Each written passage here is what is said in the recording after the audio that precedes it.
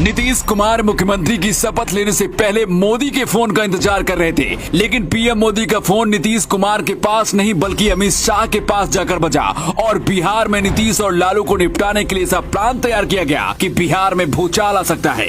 अमित शाह हमेशा अपना plan B लेकर चलते हैं, लेकिन बिहार के लिए कुछ उससे भी ज्यादा की जरूरत है। इसलिए मोदी शाह ने पहली बार खुद बिहार के लिए मोर्चा संभाल लिया है। जब नीतीश कुमार तेजस्वी यादव के साथ मिलकर नई सरकार बनाने की तैयारी कर रहे थे, इसी दौरान दिल्ली से अमित शाह कुछ और कर रहे थे। मोदी शाह इस बार कुछ ऐसा करने वाले हैं जिसके बाद नीतीश कुमार की मुख्यमंत्री वाली कुर्सी हमेशा के लिए छिन सकती है। सिर्फ 10 घंटे के अंदर मोदी शाह ने कैसे नीतीश कुमार को बर्बाद करने का प्लान तैयार कर लिया, इस 2 मिनट की रिपोर्ट में हम आपको बताने वाले हैं। बीजेपी से गठबंधन तोड़ने के बाद नीतीश कुमार इंतजार कर रहे थे कि मोदी उनके पास फोन करेंगे और फिर डील की जाएगी, लेकिन ऐसा नहीं हुआ। पीएम मोदी का फोन नीतीश कुमार की बजाय अमित शाह के पास गया और फिर सब कुछ बदल गया। ऐसा पहली बार हुआ जब नीतीश कुमार को मनाने के लिए बीजेपी का कोई कार्यकर्ता भी नहीं पहुंचा।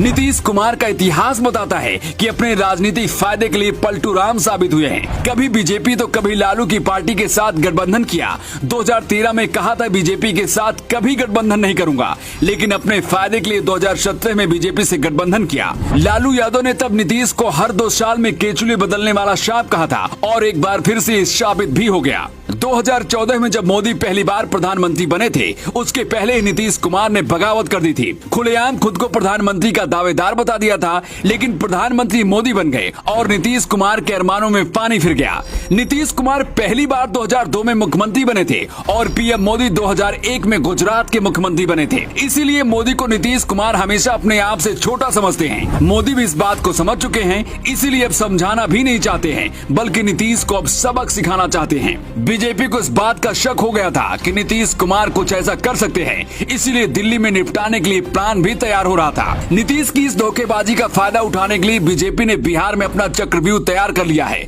बीजेपी बिहार में एक अभियान चलाने जा रही है। इसके तहत हर घर बीजेपी पहुंचने की तैयारी की है। 2020 में विधानसभा चुनाव से पता चलता है कि बीजेपी की हालत पहले से ज्यादा बिहार में मजबूत हुई है। इसलिए बीजेपी को लगता है कि अब नीतीश कुमार को मनाने की जरूरत नहीं है। बीजेपी राष्ट्रवाद और हिंदुत्ववादी विचारधारा को मुद्दा बनाकर काम करेगी, जिसका फायदा भी मिल सकता है। बीजेपी नीतीश कुमार के भ्रष्टाचार और लालू यादव सरकार के जंगल राज के बारे में जनता को बताएगी। अगर शाह अपने इस मिशन में सफल होते हैं तो बिहार में नीतीश की राजनीति खत्म हो सकती है। सूत्र बताते हैं कि नीतीश कुमार बीजेपी से गठबंधन तोड़ने के बाद भी इंतजार कर रहे थे कि पीएम मोदी खुद उनके पास फोन करें, लेकिन ऐसा नहीं हुआ। इस दौरान एक खबर मीडिया पर चली कि बीजेपी का एक बड़ा नेता नीतीश कुमार को मना रहा है, लेकिन बीजेपी ने साफ कर दिया कि ये कोरी अफवाह है और कोई नीतीश कुमार को नहीं मना रहा है। नीतीश कुमार के सामने आगे कुआं पीछे खाई वाली स्थिति बन गई थी और मजबूरन तेजस्वी के साथ बिहार में सरकार बनानी पड़ी। पिछली बार तेजस्वी जब डिप्टी सीएम बने थे,